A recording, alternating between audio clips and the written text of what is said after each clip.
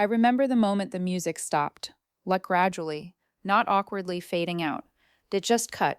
1 second there was laughter, plates clinking, my mom telling someone how proud she was of me. The next, silence. And every single person in that room was looking at me like I didn't belong there, like I had overstayed in a life that was never meant to be mine. I didn't understand it yet, but that was the exact moment my family decided I was no longer part of it. If you've ever walked into a room and felt like something was off, like everyone knew something you didn't, you already know the feeling, that slow creeping discomfort, that voice in your head whispering, something's wrong, but you can't prove it, not yet.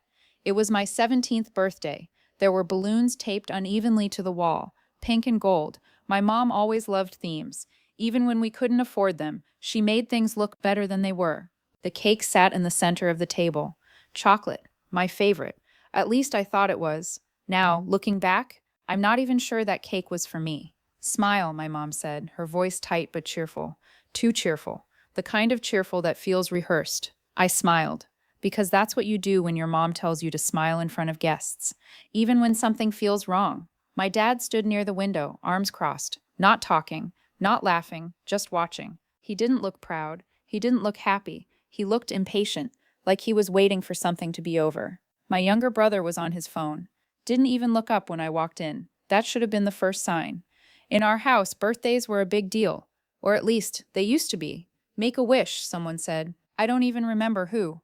I leaned forward, staring at the candles.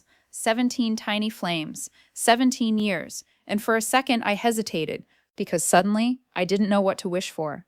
Have you ever had that moment where everything looks normal, but something inside you says, this is the last time things will ever feel like this? I blew out the candles. Everyone clapped. Too quickly. Too perfectly. Like they were following a script. Then my dad said something, and that's when everything changed. We need to talk. Not loud, not angry, just final. The room shifted. People started moving. Guests suddenly remembered they had somewhere to be. Coats were grabbed, shoes slipped on, quick hugs, avoided eye contact. Within minutes, the house was empty, just like that, and I was standing there, still holding a plastic knife, cake untouched, candles still smoking. My mom closed the door, locked it, turned around slowly, and for the first time that night, she wasn't smiling. Sit down. Something in her voice made my stomach drop. Not anger, not like she had already decided something. And I was the last to know. I sat. My dad didn't. He stayed standing, like a judge. You're old enough now, he said. 17. Old enough, that word echoed in my head. Old enough for what? My brother finally looked up, and I swear, he already knew. What would you do in that moment? When your entire family looks at you like you're about to hear something that changes everything, would you ask questions? Would you stay quiet? Or would you already feel it? That something irreversible is about to happen. I don't want to repeat myself, my dad continued. So listen carefully. My hands were shaking. I didn't even know why yet. You can't stay here anymore. I laughed. I actually laughed. Because it didn't make sense. It sounded like a joke. A bad one. What? I said. My mom didn't look at me. I think it's time you start taking responsibility for your life. Responsibility. At 17, on my birthday. I go to school, I said. I help around the house. This isn't a discussion. My dad's voice cut through mine. Sharp, clean, like he had practiced that line. You're leaving. Silence. I waited for someone to smile, to say just kidding, to laugh, to break the tension. No one did. You're serious? I whispered. My mom finally looked at me, and I'll never forget that look. Not angry, not emotional, just, we've done everything we can, she said. Everything. I felt something crack inside me. Not loudly, not dramatically, just a quiet shift, like something breaking that you didn't even know was holding you together. Where am I supposed to go? My dad shrugged. Actually shrugged. You'll figure it out. Figure it out. Have you ever been told something so cold that your brain refuses to process it? Because mine did. I just sat there, waiting for reality to correct itself. It didn't. My brother stood up, walked past me, didn't say a word. That hurt more than anything. You packed your things, my mom said. I blinked. What? They're in the hallway. I turned slowly, and there it was, a single suitcase. Not even full. That's when it hit me. This wasn't sudden. This wasn't emotional. This wasn't a fight. This was planned. How long? I asked. My voice didn't sound like mine anymore. My dad didn't hesitate. A while. They had been planning this, smiling at me, talking to me, eating dinner with me, while planning to throw me out. On my birthday, if you were in my place right now, what would hurt more, the fact that they were doing this, or the fact that they had been pretending everything was normal? I don't understand, I said. You don't need to, my mom replied. That sentence, that sentence stayed with me for years. You don't need to understand. Like I didn't even deserve an explanation. Please, I said, and I hate that I said it, but I did. Just tell me why. My dad looked at me, finally, really looked. You've become a burden. There it was, one word, burden. And just like that, 17 years of being their daughter, reduced to something they didn't want to carry anymore. I nodded slowly, because crying would have meant they still had power over me, and I wasn't ready to give them that. Not yet. Okay, I said. My mom looked surprised. Maybe she expected me to beg, to scream, to break. I stood up, walked to the hallway, picked up the suitcase. It was lighter than I expected. I guess it's easy to pack someone's life when you don't think it matters. I walked to the door, my hand on the handle, and for a second, I waited for someone to stop me. No one did. So I opened it, stepped outside, and the door closed behind me. Just like that. No second thought. Just a click. And I was alone. The air was cold, colder than it should have been. Or maybe that was just me. I stood there, on the front steps, with a suitcase. On my birthday, and I didn't move, because moving meant accepting it. And I wasn't ready. Have you ever been abandoned so quietly that it doesn't even feel real? Because that's what this was. Not a fight, not a breakdown, just removal. I don't know how long I stood there. Minutes. Maybe long, until I heard something. A car. Headlights slowing down. Stopping. Right in front of me. The window rolled down, and a voice I had never heard before said, "Hey, are you okay?" I looked up, and that exact moment, changed everything. The car didn't leave. The locket, that was the first thing I noticed. Most people slow down, stare for a second, maybe feel bad, and then keep going. But this car? It stopped. Engine still running, headlights cutting straight through the dark, and me, standing there with a suitcase like I didn't belong anywhere. "Hey, are you okay?" The voice came again. Calm, careful, not too close, not too soft, not too loud, like he didn't want to scare me. I didn't answer. Because what do you even say to that? "Yeah, I'm fine. My family just threw me out on my birthday." Have you ever been so overwhelmed that even answering a simple question feels impossible? I tightened my grip on the suitcase, took a step back. Instinct. You don't trust strangers, especially at night, especially when you're alone. "I'm not going to get out," he said quickly. "I just saw you standing here." That made me pause, because he understood something most people don't. Fear. The window rolled down a little more. I could see him now. Mid-20s maybe?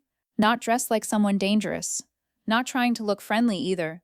"Just normal. You don't have to tell me anything," he added, "but it's cold, and you don't look like you're waiting for someone."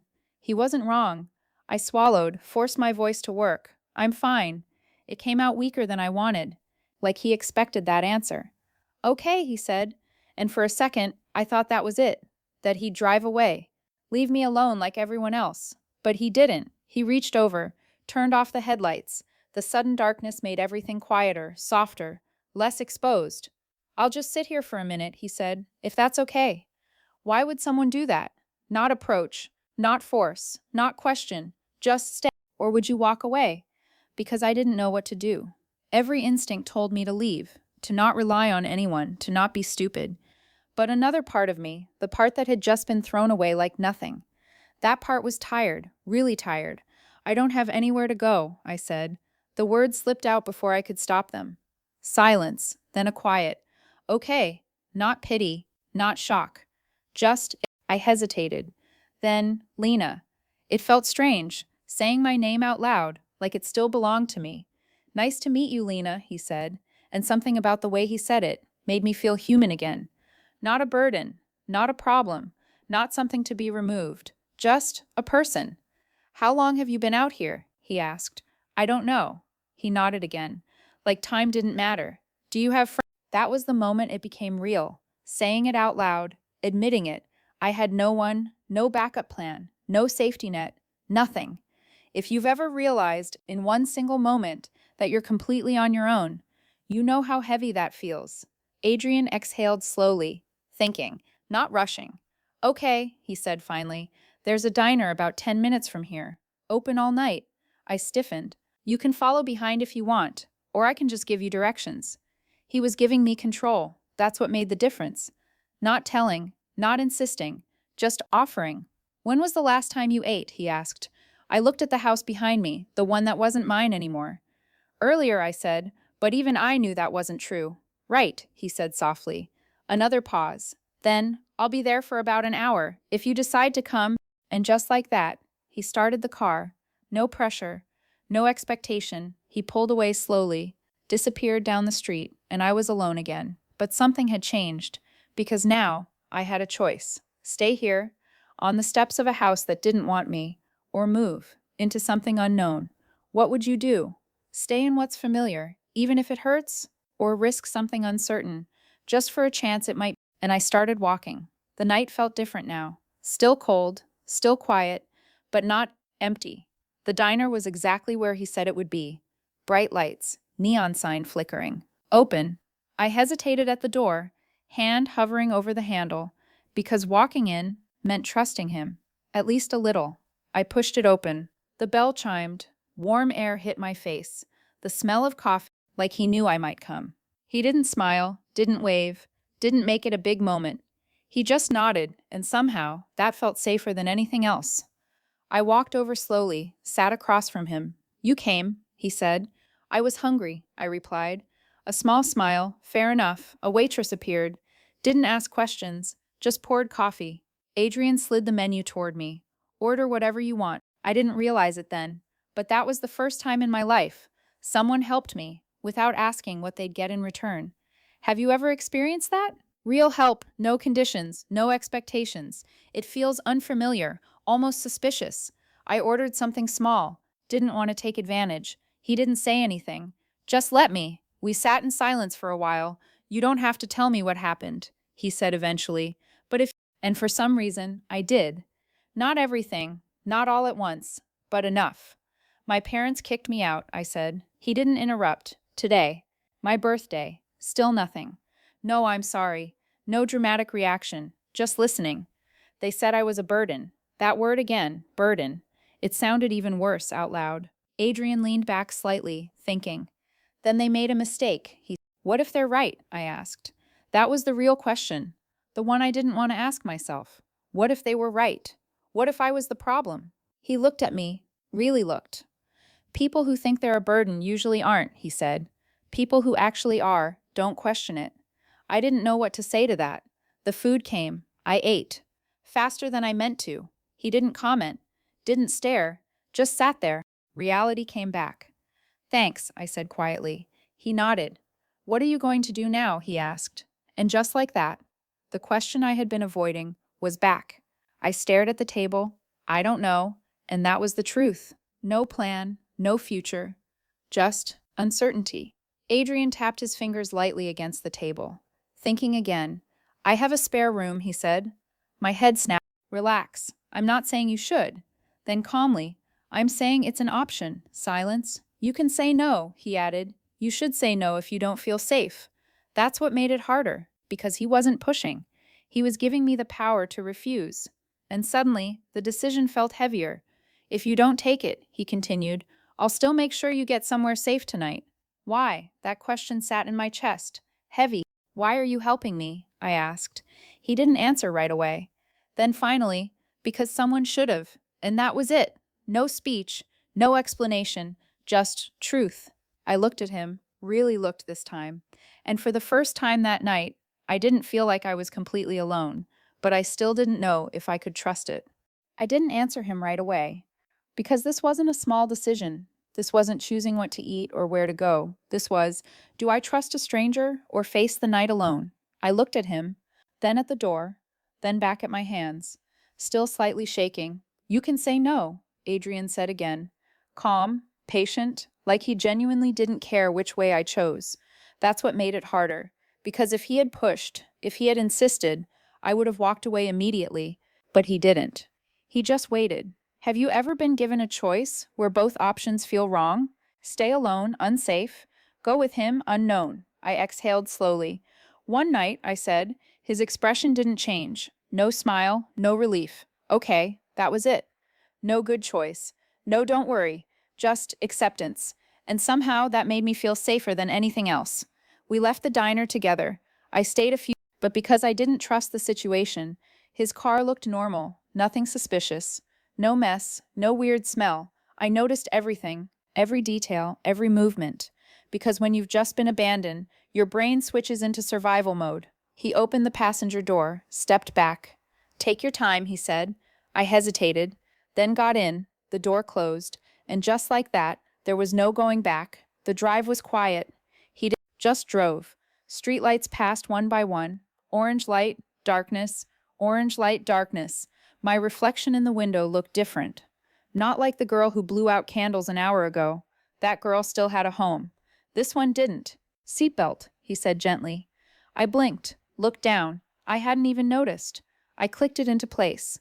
Thanks, he added. That word again. Not controlling, not demanding, just calm. He parked outside a small apartment building, 2 floors, lights on and a few windows. Second floor, he said. I stepped out slowly, suitcase in hand. The air felt colder here. Or maybe I was just more aware now. We walked up the stairs. Each step felt heavier than the last.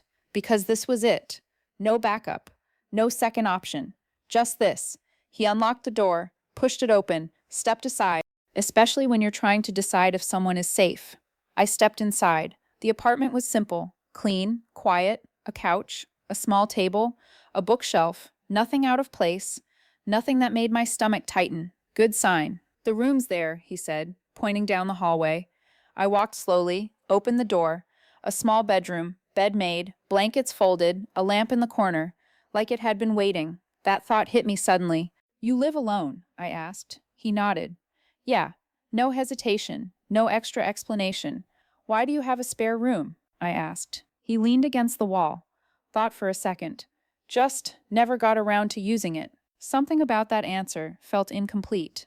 Not a lie, but not the full truth either. Did you catch that? Sometimes people don't lie, they just don't say everything. And that's harder to read. I stepped into. This is fine, I said. Okay. He didn't follow me in, stayed at the door. If you need anything, I'm in the living room. Then he paused. You can lock the door. That made me look up. You should, he added. Why would someone say that? Because he knew exactly what I was thinking. Fear. He was removing it, before it even became a problem. Thanks, I said quietly. He nodded, walked away, and just like that, I closed the door, locked it, sat on the bed, and for the first time since everything happened, I let myself breathe, really breathe. The silence wasn't heavy anymore. It was calm. I lay back, stared at the ceiling. 17 years old, no home, in a stranger's apartment. If someone told you this would be your life, would you believe it? Because I wouldn't have. Not even a few hours ago. I must have fallen asleep, because the next thing I remember, coming through the window, I blinked, sat up slowly. For a second, I forgot. Then it all came back. The party, the words, the door closing, and something else. I was still here, safe. That part surprised me. I got up, opened the door carefully. The apartment was quiet. Adrian was in the kitchen, making coffee, like this was normal, like I was just a guest. Morning, he said. I nodded. Then, a little, he nodded. There's toast, eggs, whatever you want. Again, no pressure, no expectations, just options. I sat down slowly, watched him move around the kitchen, calm, efficient, not trying to impress, not trying to act, just being. You don't have to stay, he said suddenly. I looked up. I mean it, he added. No obligation. That word again. Obligation. Something I thought every. Why are you like this? I asked. He paused, looked at me. What do you mean? You don't ask for anything, I said. You don't expect anything. He leaned back slightly. Not everything has to be a transaction. That hit harder than it should have, because in my world, everything was. Love, support, even attention. Everything came with a cost, but here, nothing. And that made me uncomfortable, because I didn't know how to exist without. Stay for a few days, he said. Figure things out. A few days. That sounded possible. Not permanent. Not overwhelming. Just time. I'll think about it, I said. He nodded. Good. And just like that, the decision wasn't forced. It was mine. But something still felt off. Not dangerous, not wrong, just unfinished, like there was something I wasn't seeing yet, something just beneath the surface, and I didn't know it then. It was right. I didn't leave after one night. That was the first mistake. Or maybe the first right decision I ever made. Just a few days, I had said, but a few days turned into a week, and a week turned into something else entirely. Because for the first time in my life, I wasn't walking on eggshells. No yelling, no guilt, no one reminding me what I owed them. Just quiet. Have you ever experienced peace for the first time? Not temporary, not fake, but real, consistent calm. It feels wrong at first, like something is missing, or like it's about to be taken away. That's how it felt with Adrian. He didn't ask questions about my past, didn't push me to open up, didn't try to fix me. He just let me exist, and that alone was enough to keep me there. You can stay as long as you need, he said one morning. No conditions, no timeline, and I nodded like that was normal. But inside, right. I started helping around the apartment, cleaning, cooking, doing anything to feel like I wasn't just taking. You don't have to do that, he said once. I know, I replied, but I kept doing it anyway, because deep down, I was scared. Scared that if I didn't give something back, this would disappear too. Does that sound familiar? Trying to earn a place where you're already allowed to stay. Yeah, that was quiet conversations, occasional jokes, and slowly I started to relax. Really relax. I got a part-time job at a small bookstore nearby. Nothing fancy, but it was mine. My money, my effort, my independence. Adrian never asked how much I made, never checked, never controlled anything. That freedom, it was new and addictive. You look different, he said one evening. I wasn't surviving, I was living. Weeks passed, then months, and something changed. Not suddenly, not dramatically, just quietly. We started talking more, not just surface things, not just daily routines, real conversations about life, about choices, about fear. You don't trust people easily, he said one night. I laughed softly. Can you blame me? I was trying to believe this was real, trying to believe it wouldn't disappear. But a small voice in the back of my mind kept asking, why? Why me? Why did he stop that night? Why did he help me? Why did he care? I ignored that voice, because I didn't want answers, not if they ruined everything. But then, something happened, something small, but it changed everything. It was my birthday. Didn't want the memories, but when I came home from work, there was a small cake on the table, just one candle, and a note. Happy birthday, Lena. I froze. My heart started racing. How did you know? I asked. He looked up from the couch. Lucky guess. That didn't make sense. Not really. Adrian. He shrugged slightly. You mentioned it once. Did I? I tried to remember, because no one had done that for me before. Not like this. Not quietly. Not without making it about themselves. Thank you, I said softly. We sat together, shared the cake. No big celebration, no pressure, just a moment. And for the first time, my birthday didn't hurt. It felt safe. That night, I couldn't sleep. Not because of fear, but because of a thought I couldn't shake. Heart beating faster. Because the more I thought about it, the less it made sense. He was there, at the exact moment I needed help. He knew how to talk to me, how to calm me, how to handle every reaction. Almost like he expected it. I shook my head. No, I whispered. That was ridiculous, right? But then another memory hit me. The spare room, clean, prepared, like it was ready before I arrived. That wasn't the full truth. I knew it now. Have you ever ignored something obvious because you were afraid of what it might mean? Yeah, that's where I was. The next morning, I watched him more closely. The way he moved, the way he spoke, looking for something. Anything. Is something wrong, he asked. I forced a smile. No. But he didn't look convinced. He never pushed. But he always noticed. That was the problem. Days passed, and that feeling, it didn't go away. It grew. Slowly, quietly, until one night I couldn't ignore it anymore. Adrian, I said. He looked up. Yeah?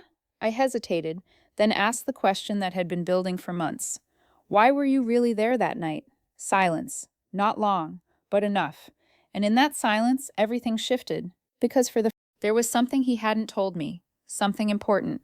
Something that could change everything. He didn't answer. Not right away. We in that silence It felt louder than anything he had ever said. Why were you there that night? I repeated. This time my voice didn't shake, because deep down, I already knew. Something wasn't adding up. He exhaled slowly, ran his hand through his hair, then looked at me.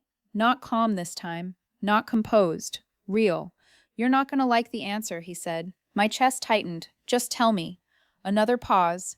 Then, I was sent there. The world stopped. What? I didn't just happen to be there, he said quietly. My heart dropped. Who sent you? I already knew the answer, but I needed to hear it. Your parents. Everything inside me shattered. No, I whispered. That didn't make sense. It couldn't.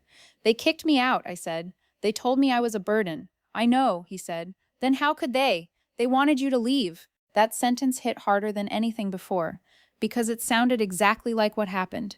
They wanted you to be independent, he continued, to stop relying on them, to grow. I shook my head, stepped back. So they humiliated me, threw me out, made me feel worthless? His voice softened.